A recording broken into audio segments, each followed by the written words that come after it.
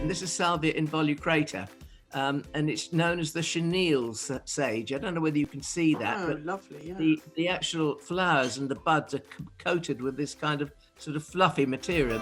This is one that Alan knows so well. It's Daphne Bulloa and it's Jacqueline Postle, which I think is probably in my top 10 of all-time favourite garden plants. You also had there a Griselinia, which I just saw you pop up, and I think it's one called Bantry Bay.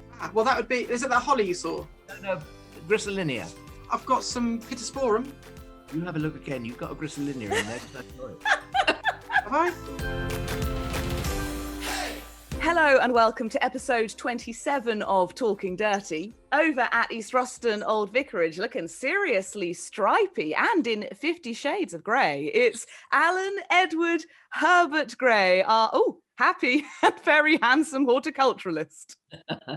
Well, thank you very much for that wonderful introduction. And over in Cambridgeshire, I have to say, we have the inimitable Thordis, Maria Sophia Friedrichsen, and it's her fault that I'm looking stripy, because this concoction here, I mean, this wonderfully knitted scarf was a Christmas present from my dear friend Thordis, so thank you for that. Oh, it was many months in the making. There was a lot of love and quite a few mistakes as well. Everyone needs to go and look up Stephen West, who designed that pattern. It's amazing. He's amazing. But someone else who's amazing is our guest on the podcast this week. He's also pretty inimitable. He has many hats. He is Matthew Pottage, or Pottage, as I often like to call him, curator of RHS Garden Wisley, and also quite the radio person, Gardener's Question Time panellist on BBC Radio 4, also submitting various handy tips and tricks for Friday Gardening Guilt with Vanessa Feltz on BBC Radio 2. So you do get around, Matthew. Oh, yeah, well, you know how it is. Lovely to see you both. I feel positively underdressed now, looking at Alan's scarf and his glasses. I know, he's always so coordinated. Mind you, and we were snooping behind at your house, which is looking beautiful. You've got some great pictures on the wall and these fabulous fronds coming out of your head. It's like a halo, like one of these wonderful ecclesiastical artworks.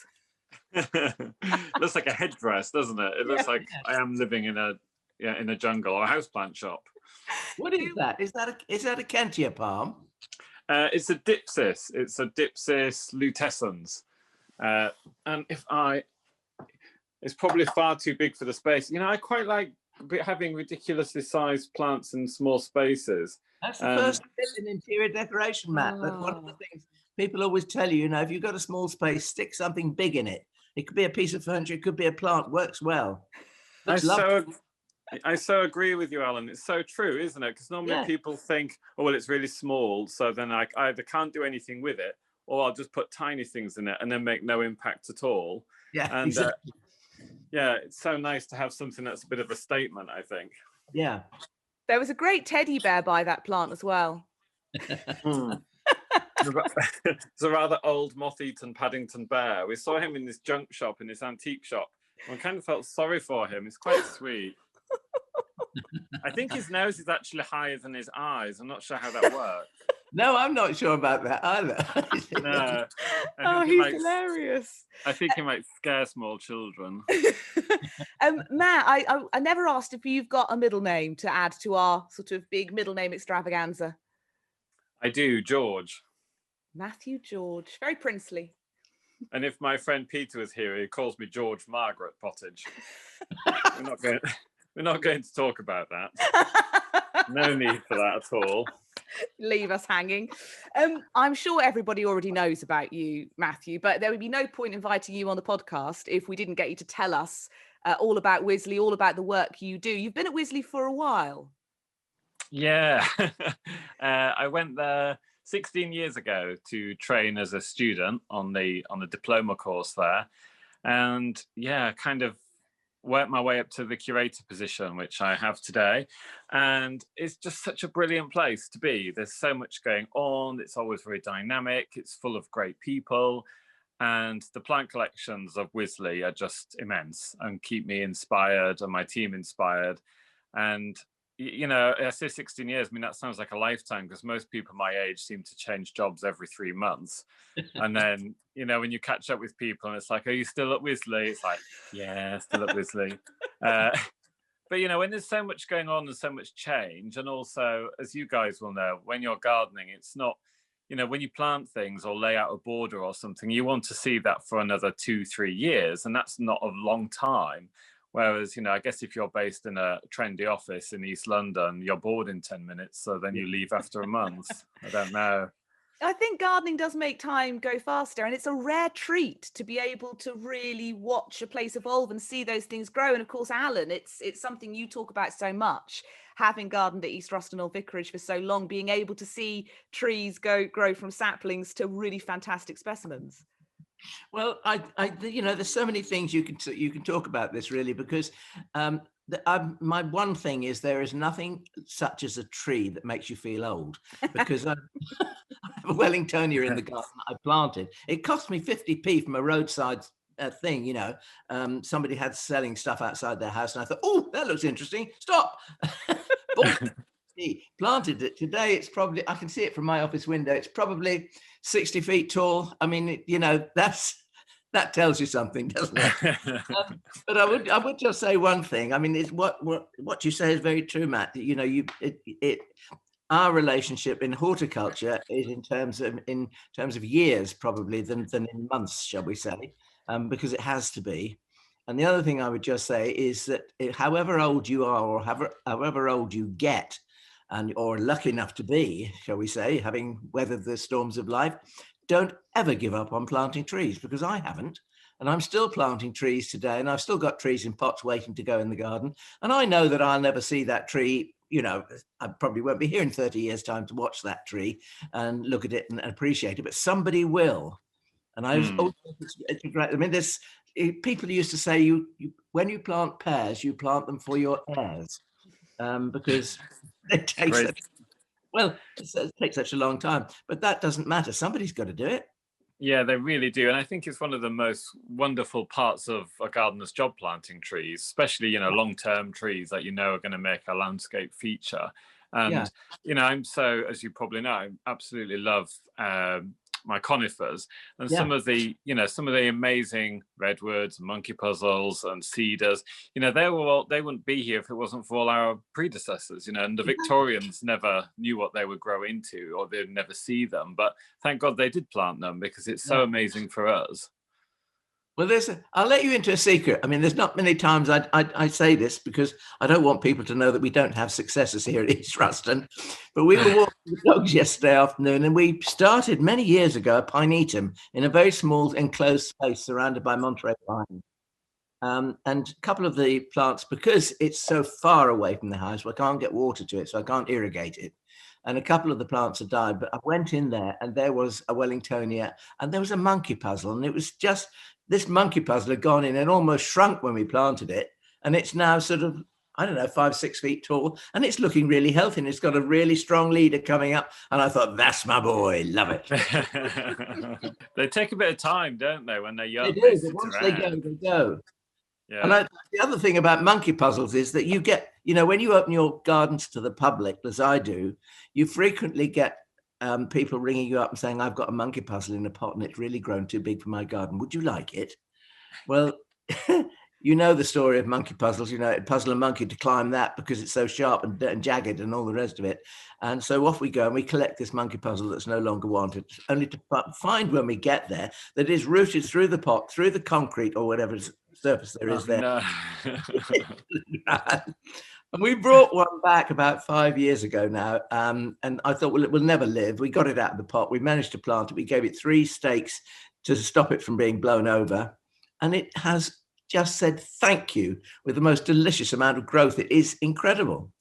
Oh, that's great, because they're not always that tolerant of root disturbance. So it sounds like you were lucky there and did well. I was lucky. It's nothing to do with skill, Matthew. Thank you. Yeah.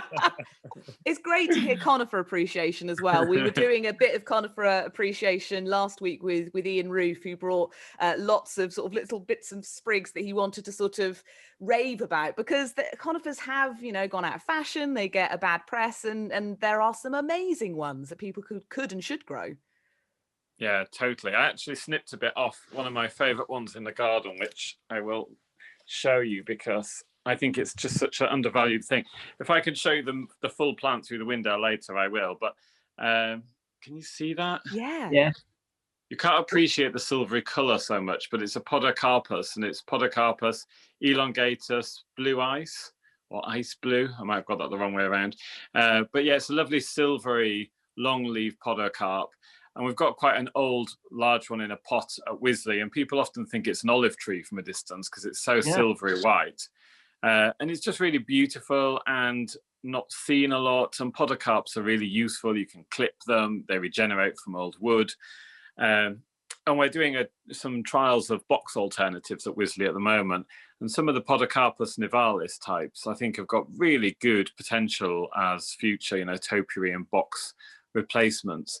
But podocarps just don't seem to be grown that widely. And, there is probably some of the largest leaf ones could be a bit tender. But, there is an enormous, huge weeping podocarp at the Savile Gardens near Windsor.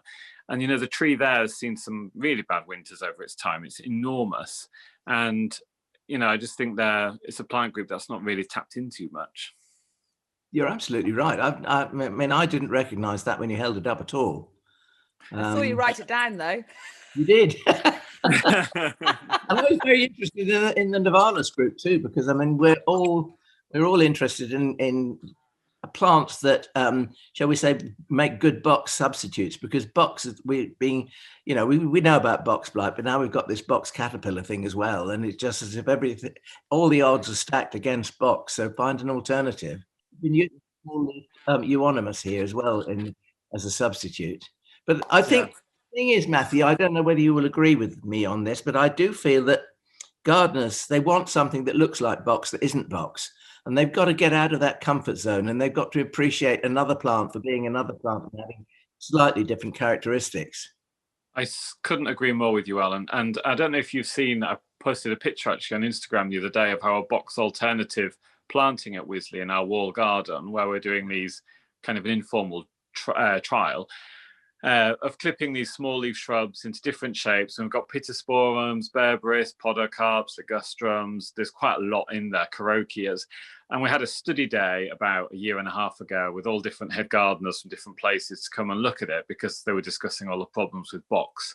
And there's this one chap that kept piping up every time I was talking about these different genera, saying, well, it doesn't look like box, so it's not box though, is it? But box would do this, but box would do that. It's like, yeah, I know it will, but box is dying, isn't it? And you've come on this study day to look at alternatives. I know, it's a carochia called Silver Ghost. It's silver, it doesn't look like box, I know.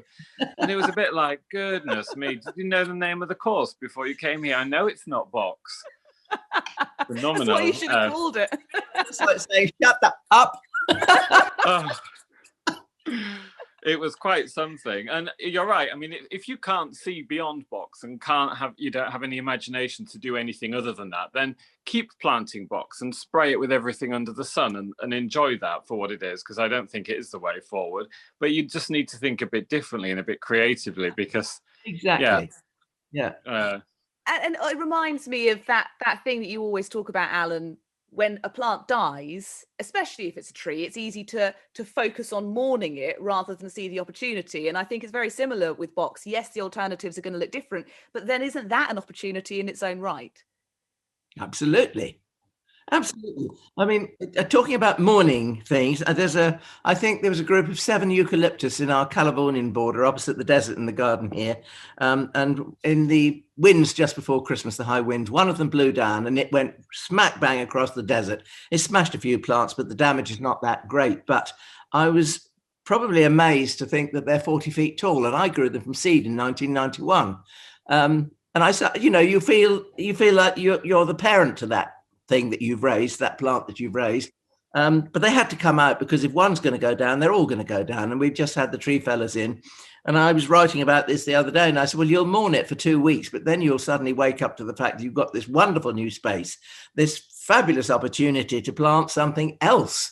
And you haven't got to gaze at eucalypts. I mean, you can always have another eucalypt. They grow fast enough, for goodness sake. And I just thought, actually, when you mentioned Podocarpus elongatus, was it? Yes. Yes. Ice blue or blue ice? Or blue chip, I think it might be, Alan. Blue chip, right? Good, isn't it? Every 5 minutes I'll come up with a different name for it. You're just trying to confuse me now. But I think that that would make a nice addition to that border, in actual fact. Oh, it would, with its lovely glaucous blue foliage. Yeah, I think it's well worth a try. I mean, it wasn't that well known when we got it at Wisley, and was speculative of just how hardy it would be. And we took cuttings off the mother plant, which was donated to us. And one of the team, because they all rooted really quickly and easily, and one of the team planted some out, and it was just before that bad winter of 2010. And we had really freezing temperatures. The plants are only small. I never thought twice about them surviving. I thought they'll be dead 100%, you know, and they came through it. So I'm actually very hopeful for how tough that could be. I think hardiness is a strange subject, if you like. I mean, I find it impossible to say what's going to be hardy where and what isn't. You probably find the same thing. I mean, in a garden, you can plant 3 specimens, 1 will die and 2 others won't. It's odd. And plants that, you know, if you look in really old books, you know, things like Pyrrhus and Camellia being grown in a cool conservatory. Yes. And then, you know, when was in our first lockdown, was having lots of walks around London areas and West London, where I am. And there's a house not far away in West Kensington, and the bougainvillea is nearly 3 stories up the front of the house, and seems to have flowers on it all year round.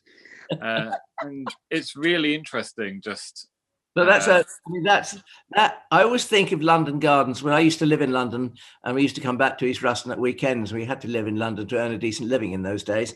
But the difference with, as you say, West London gardens was incredible, and they were probably a month to 5-6 weeks maybe ahead of the garden here on the North Norfolk coast, which is to be expected, I guess. But I mean, you know, climbing roses would be blooming in the end of March, beginning of April in central London. We had to wait until May, you know. It's quite something. I mean, obviously the global warming effect is having an effect on all the country. And as you say, London's always been ahead with its microclimate. So, you know, add the two together and it's really, you know, it's really noticeable. I mean, the downside of that is we've got lots of ivy in the back garden. I absolutely love ivy, but it has active aphids on it almost 12 months of the year because it's never cold enough to clear anything up. And scale insect on everything, mussel scale on everything, and cushion scale. But, you know, take the rough with the smooth. You can't have everything. I think you have to, but those scale insects are absolute devils to try and get rid of, aren't they? Oh, yeah, they are a menace. Yeah, and they're always, you know, they just seem to always be on acubas, and there's a Lanicera out there that's always full of it, and pittosporums. And you get them on chameleons too. Yeah, you do. You're right. And then of course you get that wonderful sooty effect, don't you?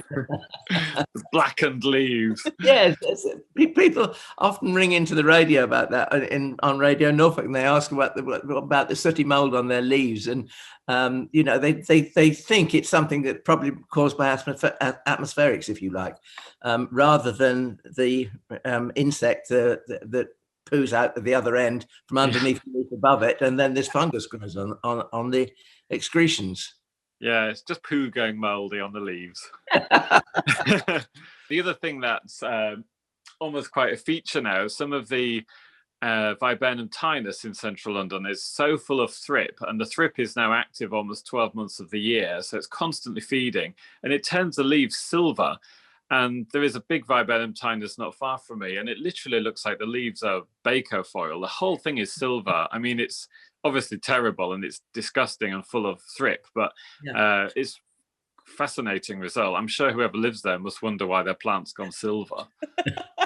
Well, they probably do, but I mean, I have to say the whole race of Viburnum tinus are not my favourite plants. I can't think of a duller plant really tough in the garden. I remember when I was a child, we had one, and we used to pick flowers off it to take to church on Mother's Day. And you know, in those days, you were allowed to pick primroses from the ditch sides. And we used to make up little posies to give our mothers, and they had to go to the service to be blessed and all the rest of it, which was charming in those days. But now, of course, we're not allowed to do it. But we had this Viburnum tinus. We always picked it, but it was never in flower. It was always in bud. So we had pink buds and primroses. Yeah, that sounds pretty. They are quite pretty in bud, and actually the fruit's quite nice from memory, isn't it? They have a bluish fruit to them. Yeah, bluish, blackish fruit that's quite shiny. But the leaf, if you take the leaf is a dull leaf, much like a rhododendron. It's dull. It's not light reflecting. There's no cheer in it. No, it's not. And also the leaf litter, when the leaf litter's wet and soggy, it has a nasty wet dog thing going on. Have you ever noticed that? Yes. Take that stinky thing away. Yeah. It's not an appealing thing. I mean, for dry shade, I actually don't mind the variegated cultivar, but you don't see it about very often. Well, I've got it in the garden here, and I'd have to say it's much more cheerful. I mean, the green in it is much brighter than the plain green of an ordinary viburnum tinus. But the slashes of gold with it, I mean, certainly cheer it up a bit. But it's still not wonderful, but I'll give you this. It's a bit, if all else fails in dry shade, try this. Yes. Alongside loving conifers, are you also a bit of an advocate for variegated plants, Matthew? Yeah, I do like a variegated plant. I think they're a bit misunderstood, actually. And normally when people say to me, oh, well, we had all that in the 70s. Oh, yeah, I used to have spider plants in the 60s or whatever. Well, I wasn't around to see that. I don't remember that. So I don't have this of them, which I don't know. It's interesting. I can't work out why people have that, but the generation, like the houseplant generation on Instagram, going crazy for variegated cheese plants, variegated aroids, variegated philodendrons, going for hundreds of pounds. And it's just interesting to think if people are now starting to get back into variegation. I think I like it just because I seem to like everything that nobody else likes, and I don't really know why. But reason for liking it, Matthew. Just the sheer bloody mindedness of it. I love it.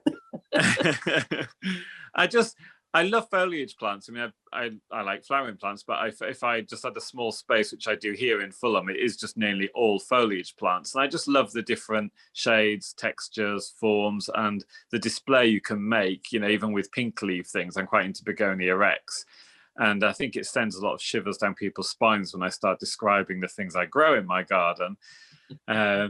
But yeah, I think they can be really useful. No one seems to have a problem with variegated hostas, interestingly. Everyone's always happy to plant variegated hostas. And then you start suggesting other variegated plants and people almost fall off their perch. And it seems to be quite an unusual thing. But what's your take on it, Alan? Are you a lover or a hater? Oh, I'm a lover, definitely. I mean, I don't. There's not much in the plant world that I dislike intensely, apart from viburnum tinus. And photinias, I don't like photinias because I find that the length of stem between each leaf node is too long to make a graceful plant.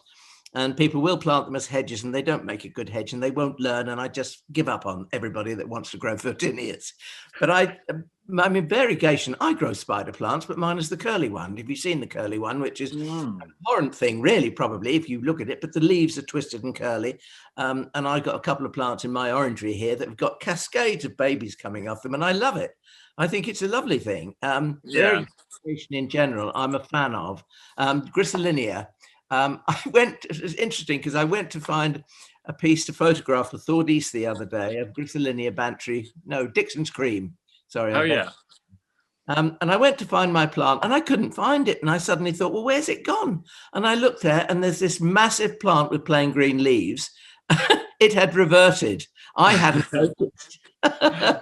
I have to say it's in an area where I seldom go, but I mean, I hadn't noticed, and there were about 4 bits of variegation, so it's on the list now to be cut back. But I mean, I love that kind of variegation where you get Griselinia littoralis is a good color green anyway. It's that light green, and it has a lovely cream heart in Dixon's cream. But that's one of the things you have to watch with an awful lot of variegated plants, especially shrubs, is that they will revert. And if you let the green take over, of course, you lose your variegation. Yeah, you do. And obviously it can be a bit more, well, it is more vigorous, the whole green part of the plant. So there's a couple of street trees, actually not far from the Chelsea Flower Show, and it's the Acer, it's a variegated sycamore. I think it's Drummondii, which has a variegated leaf.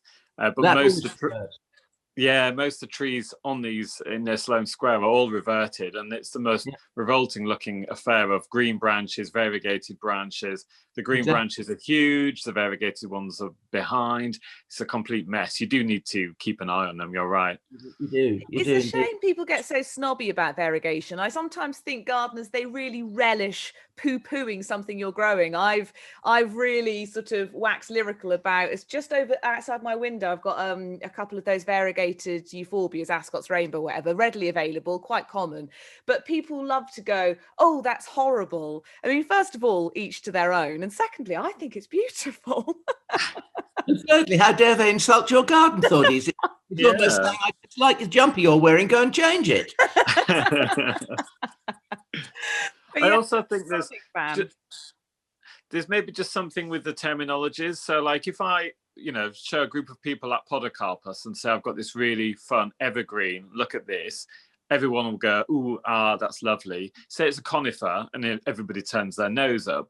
And it's just, everybody thinks, oh, conifers are bad, heathers are bad, variegated plants, and actually if you just pick the individual plants. Matthew, you're too young to know of all this. I lived through it. And it was blooms of Bressingham, and many years ago in the 60s, I mean, they started off by promoting these wonderful miniature conifers, and you'd go through all the little suburban gardens around everywhere had winter flowering heathers and suburban conifers, and of course the conifers stayed miniature for a while, and then they started to grow.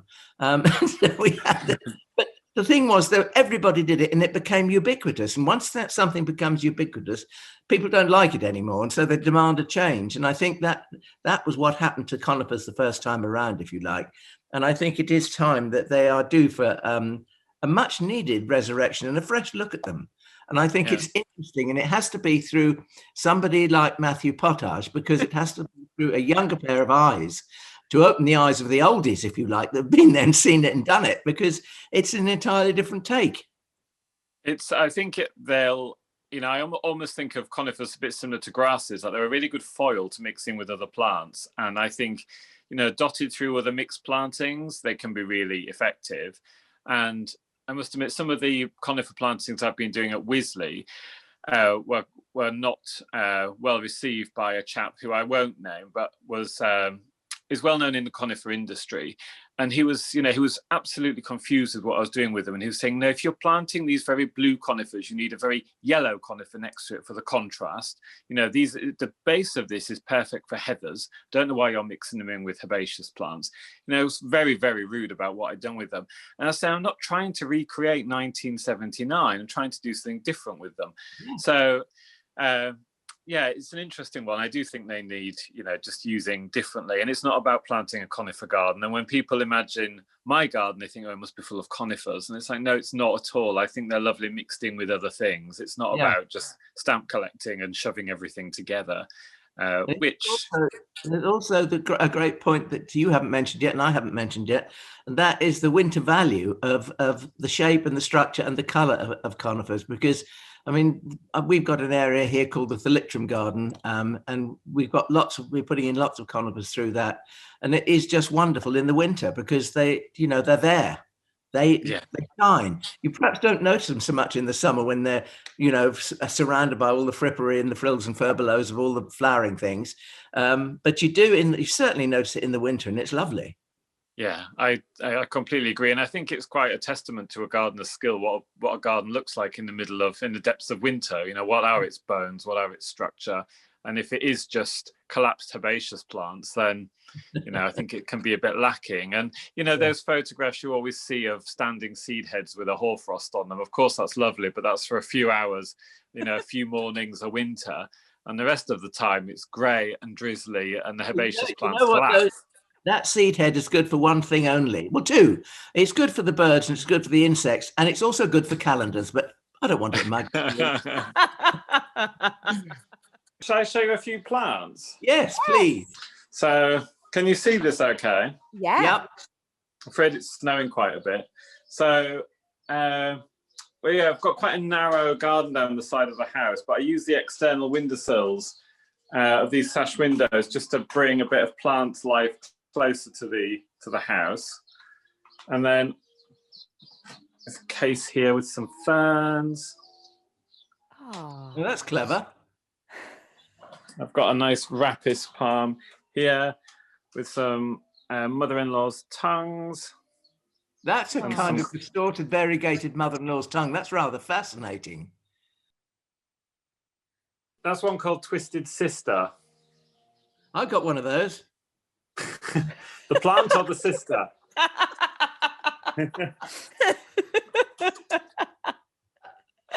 And then, can you still see and hear me okay? Yeah. Yeah.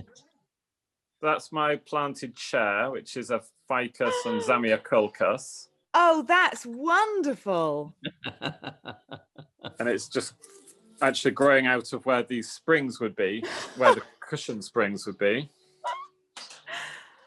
Did you do that, or did somebody help you do that? That is fantastic. No, I did that. I got the chair from an antiques fair and then took all the springs out and then added a planter box and then planted it up. Wow. I think it's a really novel idea, that. That could be a fashion trend for 2021, Matt. Oh. It's a real talking point when people come over. And then just some mixed succulents in little troughs here. Gosh, you've got quite a bit of snow. Oh, it's snowing loads here at the moment. I hate snow. I'm very in a bad mood about it all. Yeah, me too. That's my Araucaria cunninghamii. That's fabulous. It's got a lovely trunk. It's cool, isn't it? Oh, look. That's cool. Astroloba. And then a big urn of Haworthia. And then this Beaucarnea I've had since I was about 9 or 10, probably. I've had this forever. What a great spot for it as well. It's good. That's very interesting, because you've almost got like mini orangery there with a glazed roof. It's fabulous. Yeah, it's obviously tiny because it's London and everything is £1 million, but it's a little nice feel of a greenhouse to the end of the living room, which is nice. And then the garden is annoying because everything's covered in snow, but you can just about see what's going on out there. Lots of spiky leaves. Yeah, lots of Araucarias, cordylines. You can just see the Begonia rex down there, the plum-coloured leaves. That is going to make everybody terribly envious, because presumably that lives outside all the year. Yeah, it does. I mean, it's so rare to have any kind of frost or cold here. So that does stay outside. And then I'll just show you a different view. So from the bathroom, there's another little group of plants. Lovely. Absolutely incredible. And then last window, which is the better view of Aspidistra. Oh. Can you see the variegated Aspidistra in the foreground there? Yeah. People are often quite rude about Aspidistras, I think. I remember I looked at it yesterday. I remember being given one quite a few years ago, and I remember 25 years ago probably, and I really didn't know what to do with it. I certainly didn't want it as a houseplant, so I put it in the garden, and I went and looked at it yesterday. It's very strange, and there it is sitting in the garden, and it must be 1 meter across, and it's been there ever since. And I mean, I thought I was going to put it in the garden, it would die, but it didn't. You see, it carried on. They're surprisingly hardy, aren't they? Well, they are really quite tough. Yeah. And then this Platycerium stays outside here on the windowsill. Yeah, fabulous. Can you hear all the sparrows? It feels like I'm in a bird sanctuary. I can, yes. Yeah, I thought you've got Avery there somewhere. Yeah, we've got some bird feeders, and it's a very popular spot. And here's Freddie Bear. Oh, hello Freddie Bear. Right, I'll go back to where I was, and then the signal's a bit better. The houseplants in particular, I think such an inspiration. You know, you mentioned spider plants, and you know, people think about houseplants and maybe they think about an echeveria or a spider plant, or even, you know, your good old devil's ivy that I've got behind me. But what a fantastic range of unusual and really inspiring houseplants there. I think there's such a great part of being able to enjoy the well-being of gardening if you don't have a big outdoor space, and even if you have no outdoor space, just looking after your houseplants, you know, picking them over, wiping the dust off the leaves, watering them. You know, when people say they want low maintenance things, I often think, do you really want low maintenance things? Because doing the actual maintenance, caring for the plant, watering it, potting it on, you know, that's all really good stuff. That's really nice work to do. It gets you off a screen, you're engaging with something, you're nurturing something. And I love pootling around, messing around with the house plants, rearranging them, moving them about. I find it brings me a lot of pleasure. Yeah, exactly. It's good husbandry anyway. It is, yeah. Yeah, It's the same, yeah. it's the same with gardening. And you'll know yourself, Alan, just you can end up losing a whole weekend just pottering about, and it's really, really nice. You do. You end up pottering. I was planting some snowdrops the other day, which I have in pots, and I started pottering, and I didn't really plant that many snowdrops, but I was just pottering. I was raking up some few leaves, a bit of compost here and a bit of compost there, a bit of fork, tickling with a fork in between some plants to make it look pretty, and get a bit of air into the soil. That's something that people don't realize is quite is as important as it is. We had a lovely lady on here, thought this with us, didn't we? We're talking about the conditions of soil, and people. I keep telling people, don't go on the garden when it's wet. Don't tramp about on the garden. Stay on the path and work into the garden. And that's probably what I was doing, fiddling around on a kneeling mat. And 2 hours had gone, and I'd enjoyed myself and had the most wonderful time.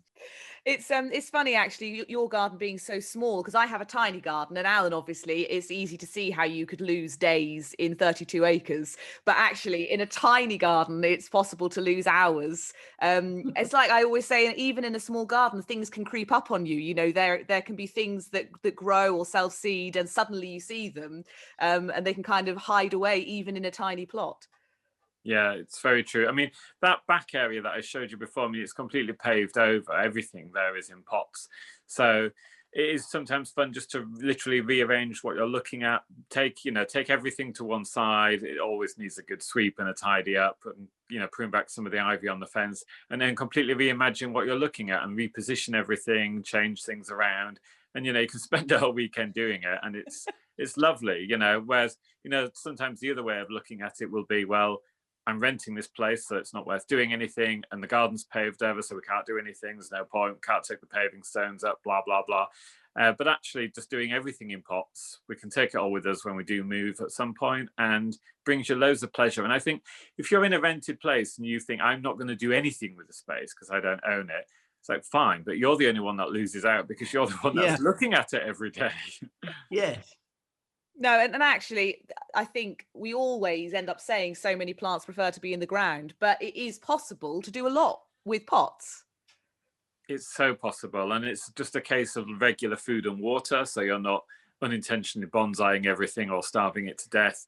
And you can then change the compost that things are growing in. You can vary what you're doing. I've never had a garden with acidic soil before, but I can grow a crinodendron and and lapageria in pots, obviously just manipulating what you're doing and how you're treating them. And it just also, when something's finished flowering and you don't want to look at it anymore, have pots of bulbs, just whisk them out the way, and all the ugly daffodil foliage, which no one ever wants to look at, all those pots go down the side of the house, and everything that's in flower stays behind those double doors like you saw. So it's a nice way of, it's almost a bit floristry, houseplant arrangement like in the garden. It's exterior decoration, Matt. It is. Now, on this podcast, we introduced this idea of FLOMO, which I think, although it's a kind of our term, is a feeling most gardeners are familiar with. And while you have Wisley to play with, I would have thought with your small personal garden, that feeling of wanting things like a wish list of plants for you to grow in your own garden must be quite long. It always comes about. And now with Instagram, it's terrible because you see all these normally variegated things that are somewhere in far-flung parts of Japan usually, and you think, oh, I want that, I need that, and I've got no way of getting hold of it. So do you keep things in your head? Do you screenshot things? Do you have a physical list that you write up? How does your wish list work? Yeah, I have.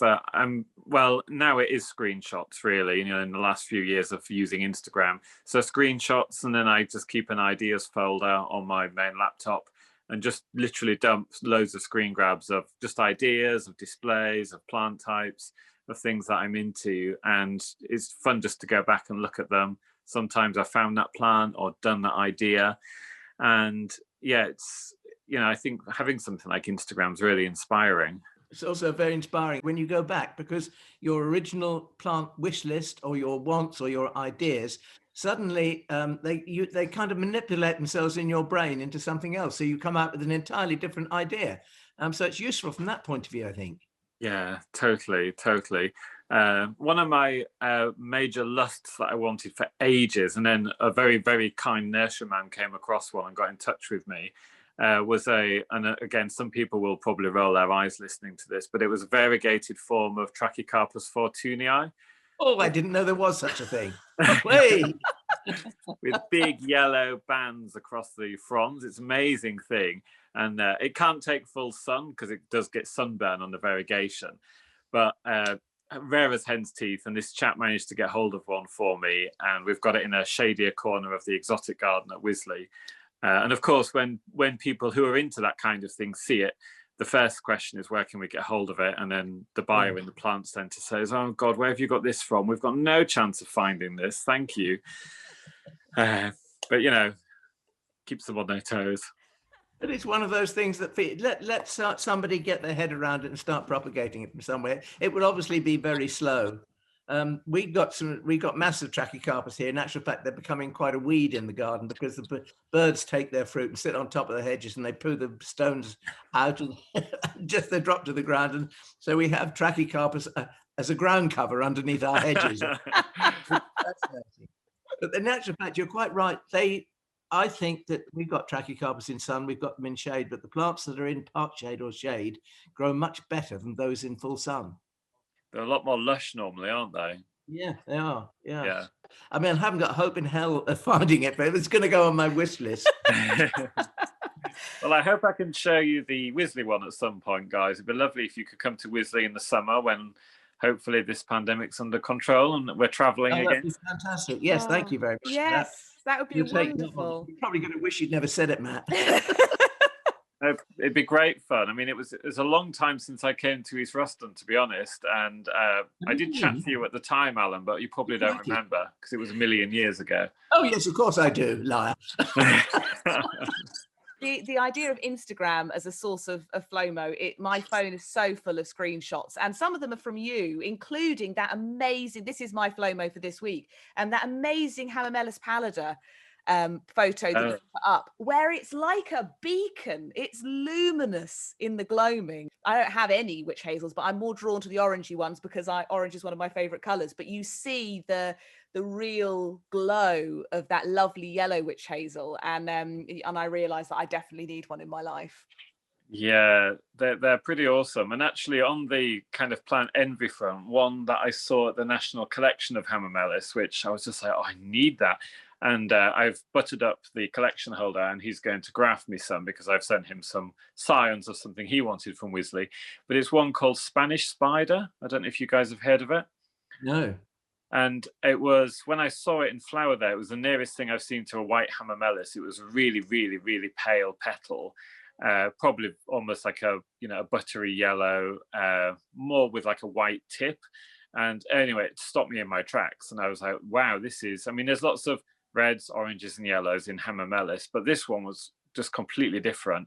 And I just thought, I've never, ever even heard of this thing before. It was phenomenal.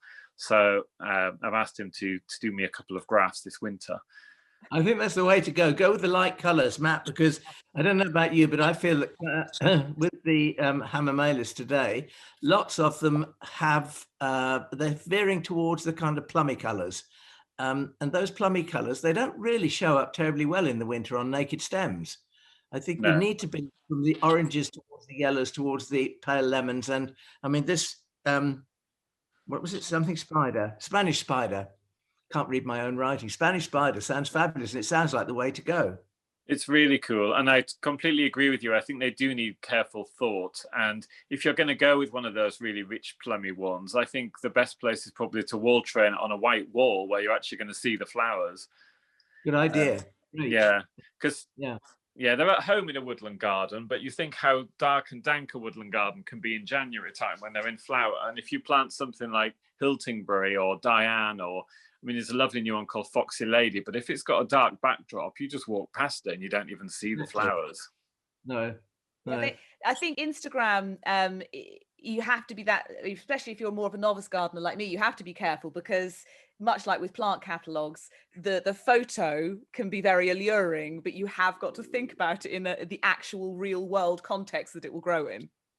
Yeah. That's true. And actually, I mentioned before the variegated cheese plants, variegated monsters. I mean, when you see them on Instagram, they're perfection. When you grow them in reality, the variegation is so difficult not to either get sunburn, or if it doesn't have enough light, all the white bits go brown, and then you need to trim them back and they look terrible. But you never see that on Instagram. It's just perfection.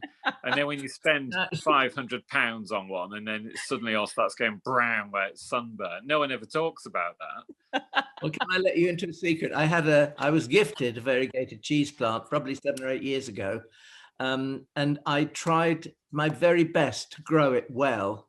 And for me, it just wouldn't grow. It was very slow anyway. For me, it just wouldn't grow. And in the end, I did put it in the compost heap. I'm sorry, Sally and Don, but I did. You could have sold it for hundreds of pounds, Alan. Now you tell me. Yeah, the prices they go for on eBay. So would your Spanish spider be your top Flomo at the moment, Matthew? I'm quite into it. The other thing I saw on Instagram recently, which I was like, oh my God, that's just gorgeous, is the variegated fiddle leaf fig, the variegated Ficus Lyrata. And I do like a Ficus Lyrata, but they have become quite mainstream now, I think I can say. So you know, don't get excited about things you see all the time. But I saw the variegated one with a really good crisp white, quite a deep white margin, and I thought, oh, that's gorgeous. But I don't know where it was, probably in Japan again, and don't know how I'd get hold of it, but it was a bit of a screen grab moment. Alan, how are you doing on the Flomo front over at East Ruston? Well, I've got about 6 here talking to Matt today. I mean, I think the one that the one plant that Matt has mentioned that I do want to explore, and that's that Podocarpus elongatus, is it? Because I do think that, I mean, it looks, to me, it looks nothing like a conifer, and that the fact that it's got glaucous foliage is absolutely fantastic. And I think, I mean, that would make an ideal candidate for planting in the Californian border, where we've taken out eucalyptus trees and we've got space. Fantastic. I'll post. Is it difficult to locate, Matt, that Podocarpus, or not? I don't know. I'm sure it must be in the plant finder. I'm sure. Failing that, let me know, and we'll just root you some semi-ripe cuttings from the Wisley one, because it's so easy to root. Thank you very much.